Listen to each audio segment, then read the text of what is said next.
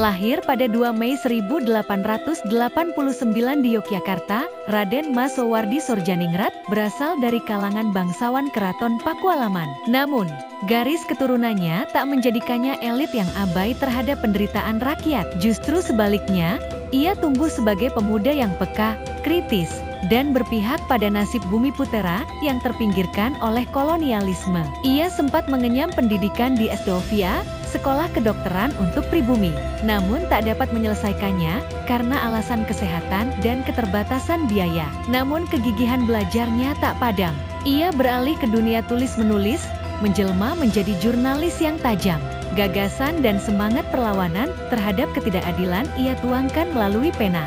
Salah satunya dalam tulisan legendaris berjudul Als ik een Nederlander was, atau Seandainya Aku Seorang Belanda. Tulisan ini mengkritik keras pemerintah kolonial yang merayakan kemerdekaannya di tengah rakyat jajahan. Tulisan tersebut membuatnya diasingkan ke Belanda pada 1913. Namun pengasingan itu justru menjadi titik balik di negeri jauh. Itulah benih pemikiran pendidikan kerakyatan mulai tumbuh subur dalam dirinya.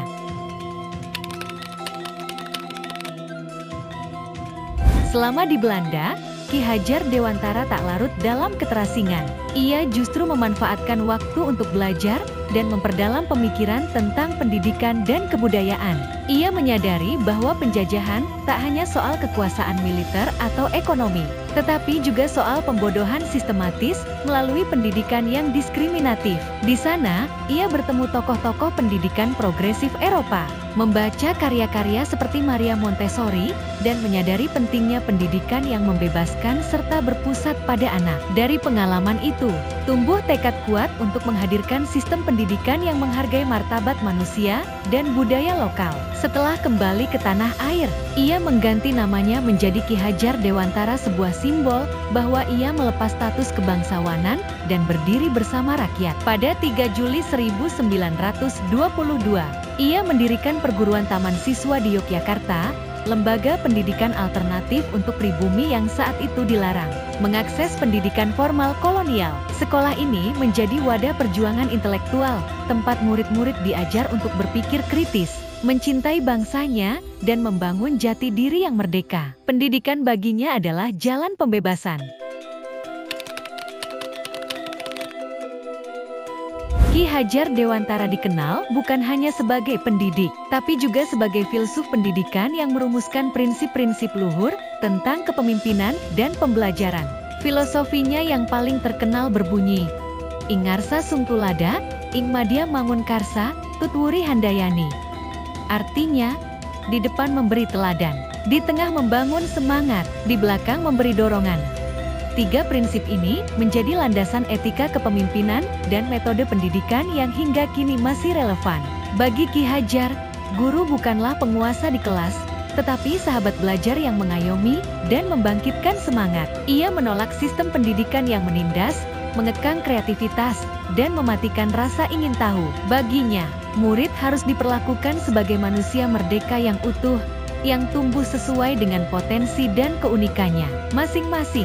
Ia juga menekankan pentingnya pendidikan berbasis budaya lokal, karena bangsa yang besar harus mengenal dan mencintai budayanya sendiri. Bagi Ki Hajar, pendidikan bukan sekadar memindahkan ilmu, tapi membentuk budi pekerti dan karakter bangsa. Ia melihat pendidikan sebagai kekuatan untuk membebaskan, bukan membelenggu.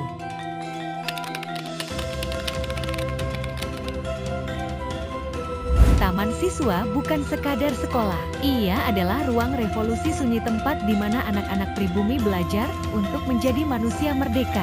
Dalam sistem pendidikan kolonial, rakyat jelata hanya disiapkan menjadi pekerja rendahan. Tapi di taman siswa, mereka diajak berpikir bebas, percaya diri, dan memiliki harga diri sebagai anak bangsa.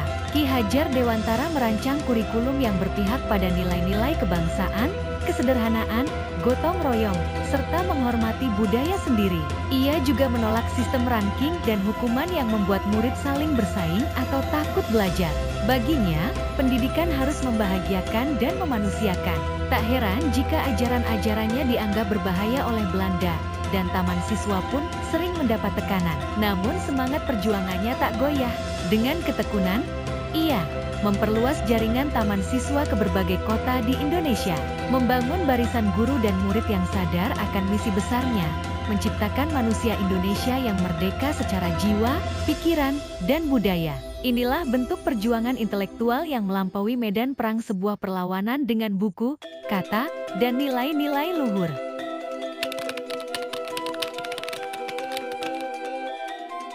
Ki Hajar Dewantara wafat pada 26 April 1959.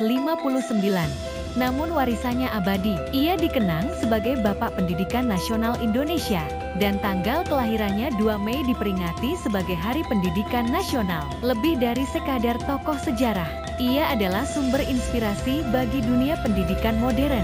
Filosofinya hidup dalam semangat setiap guru yang membimbing dengan hati, setiap murid yang belajar dengan bebas, dan setiap sekolah yang menjunjung nilai kemanusiaan. Di tengah tantangan zaman modern, gagasan Ki Hajar tentang pendidikan yang membebaskan, kontekstual, dan berakar pada budaya sendiri semakin relevan. Di saat sistem pendidikan kita sering terjebak pada angka dan birokrasi, ajaran Ki Hajar mengingatkan bahwa inti pendidikan adalah membentuk manusia, bukan sekadar lulusan. Ia telah menunjukkan bahwa revolusi sejati tak selalu lewat senjata, tapi bisa lahir dari ruang kelas sederhana, papan tulis, dan keteladanan. Dalam sunyi, ia mengubah arah sejarah bangsa. Dan hari ini, setiap langkah kita menuju kemajuan adalah gema dari langkahnya yang pertama, mendidik untuk memerdekakan.